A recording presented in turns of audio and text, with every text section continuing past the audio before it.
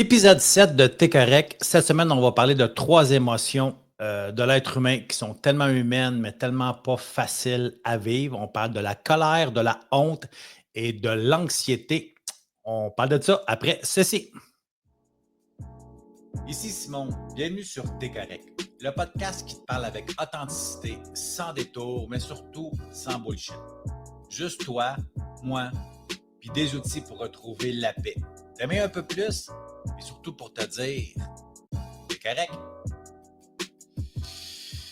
Hey, bienvenue dans cet 7e épisode de la 2e saison. Oui, colère, honte, anxiété, les comprendre pour les désamorcer. Parce qu'on ne peut pas les fuir. Hein, on parlait de fuite à l'épisode précédent, la semaine passée. On ne peut pas les fuir. On ne peut pas faire semblant qu'ils ne sont pas là. On ne peut pas les mettre dans un tiroir. Il faut les vivre, mais il faut les comprendre pour pouvoir les désamorcer. Fait que j'avais envie de te parler de ça parce qu'évidemment, ces 3 émotions extrêmement humaines. Quand je dis extrêmement humaines, qu'est-ce que je veux dire là-dedans? C'est que la majorité d'entre nous, on les vit. Il y en a quotidiennement, il y en a peut-être mieux pour toi à l'occasion, mais peu importe où ce qu'on est dans notre cheminement de vie, c'est des émotions qui vont nous suivre tout au courant de notre processus, de notre vie, de notre rétablissement pour certains, de notre expérience de vie. Fait que tant aussi longtemps que je ne les comprends pas, ben, je ne serai pas capable de les désamorcer. Fait que je vais être comme pogné avec. On s'entend? Parce qu'il faut les ressentir, il faut les vivre. Les décoder. Comment apprendre à les décoder? La colère, la honte puis l'anxiété, c'est trois émotions distinctes, mais que je trouve à quelque part qui se ressemblent. Qui veut dire que quand on en vit une d'entre eux autres, c'est que souvent, on va les mêler. Souvent, justement, on va être tellement pas bien avec ça que c'est souvent ces émotions-là qui vont faire en sorte qu'on va dépendre de d'autres choses extérieures. Pour certains, que ce soit la consommation, d'autres qu'ils vont se picher dans le travail, dans le sommeil, peu importe quoi. Mais c'est tellement important d'apprendre à les décoder pour pouvoir les désamorcer et les vivre et ne pas les fuir dans n'importe quelle autre dépendance. Dans le fond, la colère, c'est quoi? La colère, ça peut être causé par un événement, une circonstance, un autre être humain ou nous-mêmes, qu'on sait ou qu'on ne s'est pas fait respecter, hein? Que ça le franchit nos limites, que ça va à l'encontre de nos valeurs. Ça veut dire quoi? Ça veut dire que je te donne un exemple, qu'on est amis, moi puis toi, puis je te dis ben, que quand tu me dis telle parole, ben, ça vient me blesser. Tu sais, quand tu me dis, supposons, si tu es orgueilleux, toi, un exemple comme ça, ben, ça fait en sorte que je ne me sens pas respecté. Fait que c'est sûr que je vais être comme en crise après toi. Il y a l'expression, mais c'est ça pareil. Ce qu'on appelle dans le ressentiment. Ça peut être peu importe quoi, que quelque chose qui est contre tes valeurs. Tu vois de quoi à la télé, puis ça va contre tes valeurs, je ne sais pas, tu es plugué sur LCN, malheureusement pour toi, et que je ne le sais pas, tu vois des féminicides, des enlèvements d'enfants, peu importe, puis ça va contre nos valeurs, on s'entend. Puis là, ben, si on se nourrit de ça, on va vivre de la colère. Fait qu'il faut être capable de les décoder, d'être capable de dire, OK, ça, c'est une colère.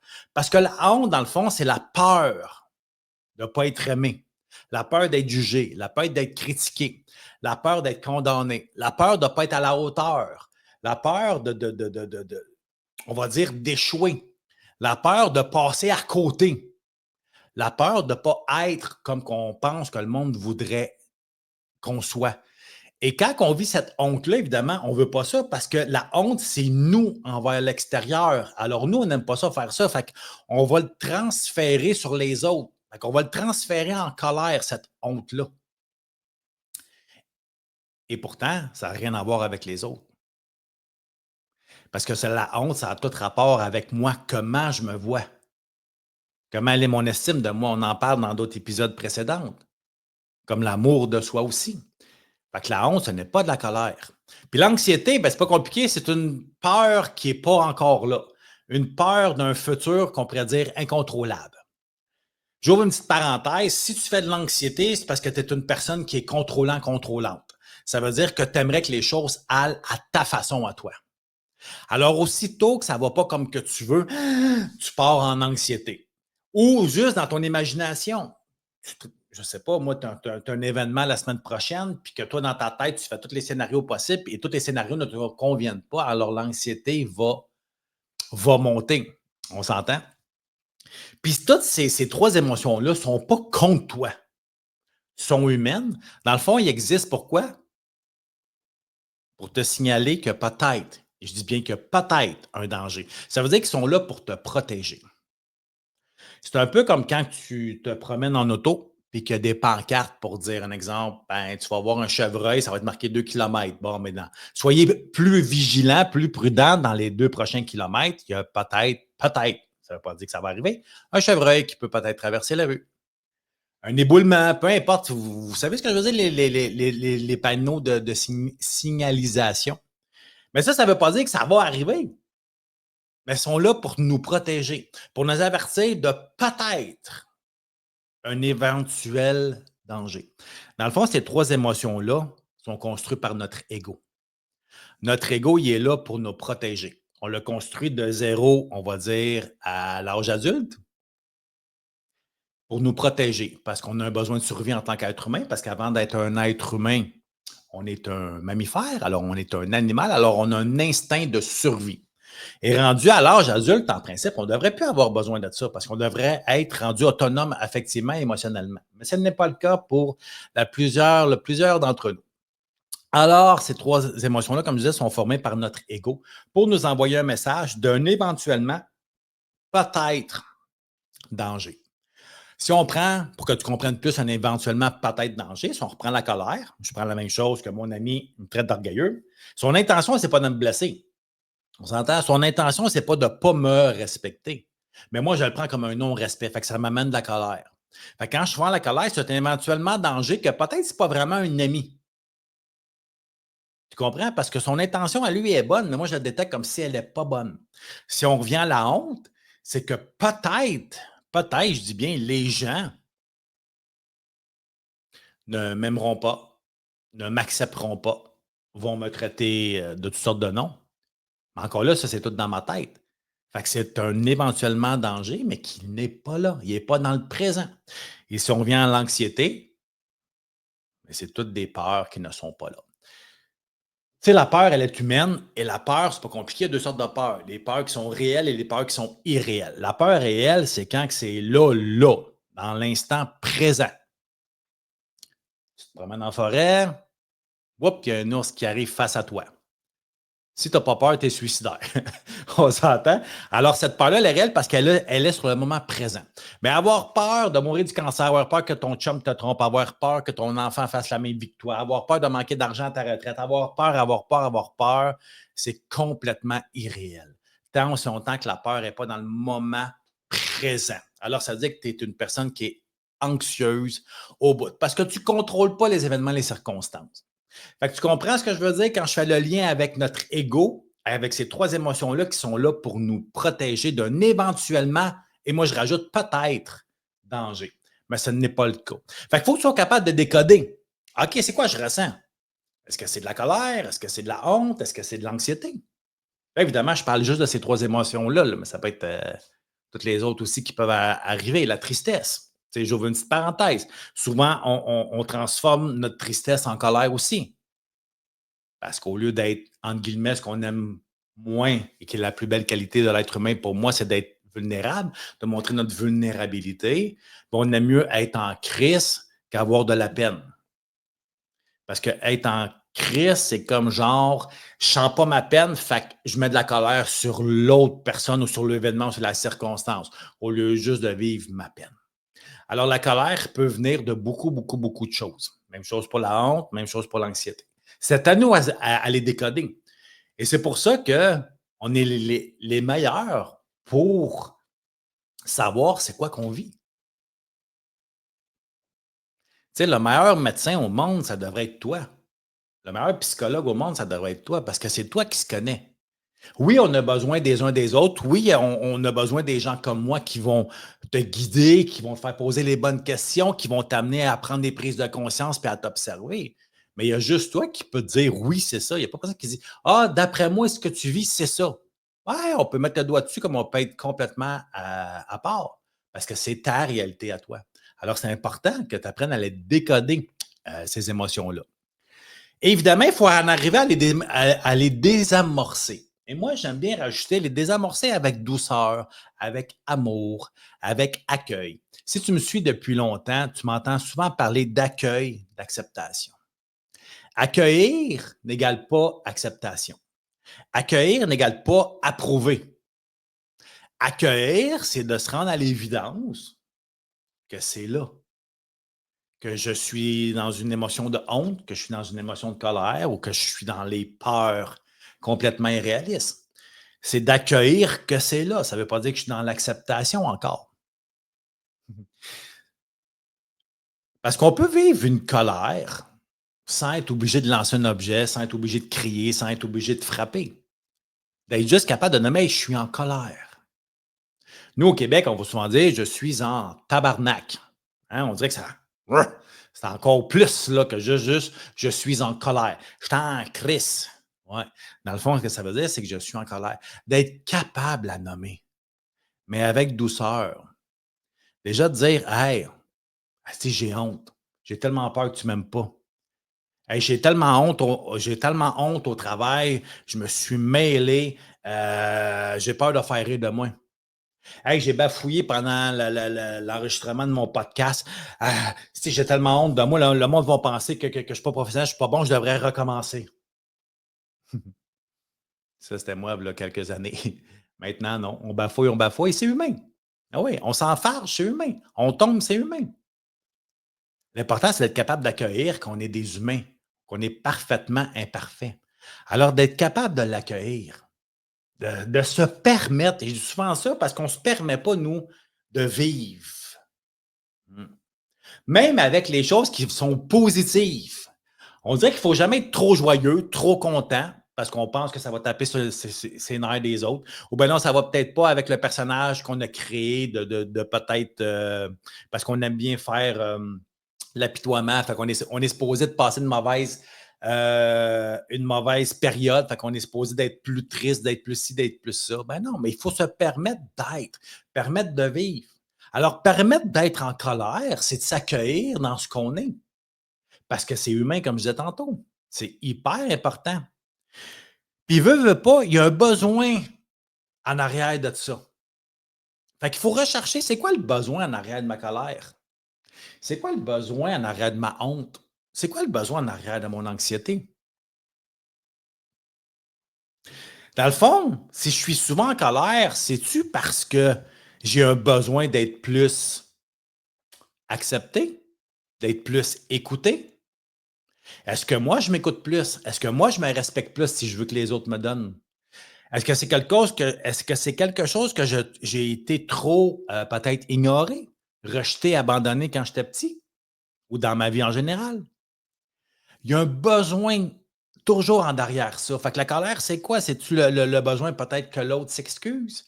C'est-tu j'ai un besoin plus d'attention? J'ai un besoin plus d'amour? Ça, évidemment, on l'a à un très grand niveau, ce besoin d'être reconnu là, la petite tape sur l'épaule, de se faire dire qu'on est correct.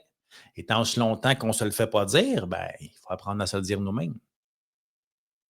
La honte, c'est souvent d'être peur, d'être jugé, de ne pas faire rire de soi.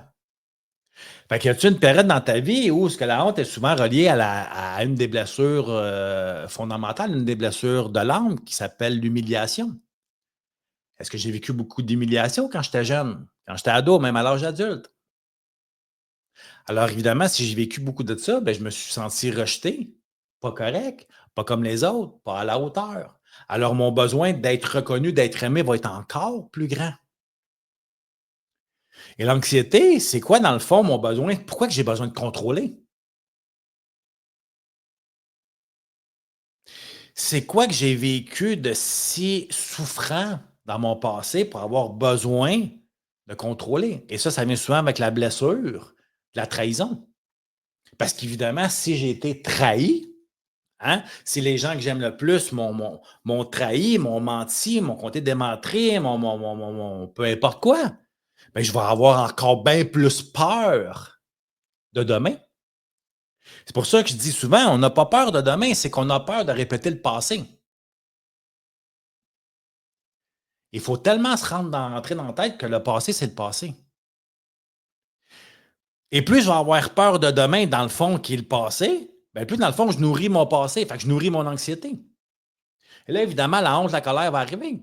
Parce que j'ai honte d'être anxieux. Puis à un moment donné, je ne l'accueille pas que je suis anxieux. Je suis en crise à cause que je suis une personne anxieuse. Ça me fait vivre de la colère de ne pas être comme les autres. Ça me fait vivre de la colère de peut-être de pas vivre ce que j'aimerais vivre. Un exemple, d'aller en voyage, de sortir de chez nous, de me faire des amis, de me faire une nouvelle blonde, un nouveau chum, aller chercher un nouveau travail parce que celui-ci ne me convient pas ou peu importe. Fait qu'on a toujours peur de revivre les blessures du passé. Mais pourtant, c'est pas ça la vie. La vie est aujourd'hui. C'est pour ça que je dis que si tu ne règles pas ton demain, il n'y en a pas d'aujourd'hui. Tu vas vivre demain selon ce que tu penses de ton passé. Alors, plus tu vas nourrir ces anciennes émotions-là qui ne sont même plus là parce que tu n'as pas appris justement à les décoder, à les désamorcer, à les vivre enfin une bonne fois pour toutes. Parce que comme j'aime bien dire, toute émotion que tu n'as pas vécue, il va falloir que tu la vives un jour ou l'autre. Et c'est pour ça souvent qu'on accumule. Et c'est pour ça souvent qu'on va tomber en dépression, qu'on va faire des burn-out. Mon père, j'aimais ça quand il disait ça, c'est un burn-in qu'on fait. Parce que le burn-out, ce n'est pas à cause de l'extérieur, c'est à cause de notre intérieur, c'est à cause de nous. C'est nous qui, parce qu'on a trop enduré la colère, parce qu'on a trop enduré la honte, parce qu'on a trop enduré l'anxiété, parce qu'on n'a pas été capable de se respecter, de s'affirmer quand c'était le temps. Alors, tant ce longtemps que j'en arrive pas à ça, ben, je vais toujours être dans le tourbillon, ce que nous, on appelle dans notre jargon, hein, dans un pattern, dans le cycle de la suétude. Je vais être assidu, je vais avoir une habitude de vie que je vais tourner tout le temps, tourner en rond. C'est pour ça souvent qu'il y a des gens qui me disent, moi, je suis tanné de vivre le même pattern. Qu'est-ce qu'il faut que je change? Ah, il faut que tu fasses la paix avec ton passé. Il faut que tu accueilles en premier ton passé. Il faut que tu arrives à en accepter ton passé. Et il faut que tu arrives à aimer ton passé. Et là, écoute-moi bien. Je ne suis pas en train de dire parce qu'on accueille, qu'on accepte puis qu'on aime qu'il faut accepter ce qui s'est passé. Mais il faut accepter que ça s'est passé pour faire la paix avec hier. Si tu as vécu une agression, c'est pas d'accepter l'agression ou d'accepter l'agresseur, c'est d'accepter que ça fait partie de ta vie. Il faut accepter que ça fait partie de ton passé.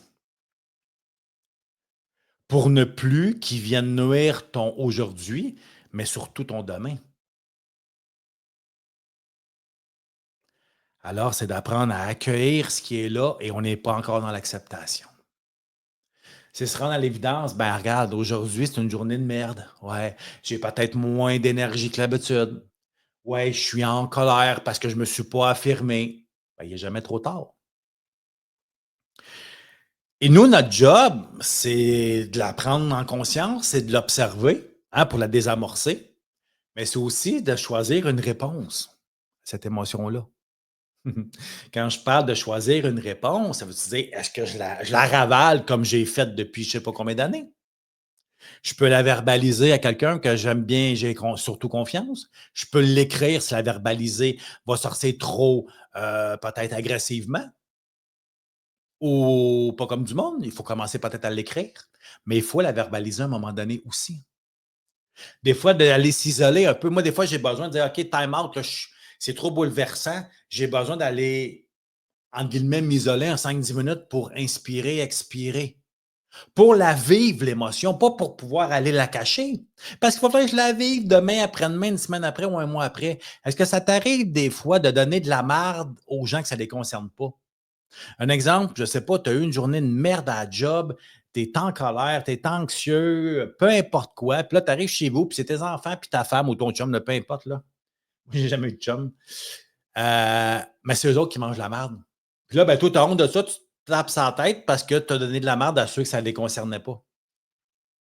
Puis là, ben, tu es en colère à cause de la job, tu es anxieux, tu as honte parce que tu n'as pas réagi de la bonne façon. Puis là, ben, tu es anxieux parce que tu ne veux pas le répéter parce que ça fait 10 fois que tu le répètes, puis ça fait peut-être 15 fois que tu dis que tu ne le feras plus jamais. Fait qu'on a besoin de ça, tout le temps. On a toujours le choix après l'émotion. On ravale ou on la traite. Écris, parle. Et moi, j'ai tout le temps un petit qui m'a été appris. C'est pas moi qui l'ai inventé, c'est qui m'a été appris. Un petit, pas un rituel, j'ai pas le mot qui vient, mais c'est pas important. Je me dis toujours cette phrase-là. Je vais te la répéter peut-être 2 ou 3 fois, puis si tu peux le prendre d'écrit, tu es chanceux, tu peux, chanceuse, peser sur pause. Moi, je respire et je vis mon émotion. Un exemple, c'est de la colère que je vis. Puis là, je suis vraiment en crime. Fait que là, je respire, puis là, elle est là, la colère, là, elle est là. Puis là, je la vis parce que moi, je veux plus la feuille, je veux plus la mettre d'un tiroir. Puis je répète comme ça. Je me permets de ressentir de la colère, car je m'aime, je m'accueille et je m'apprécie. Puis j'inspire la douceur et j'expire la colère. Et ça, je peux le répéter 3 fois, 5 fois, 10 fois, 20 fois au besoin.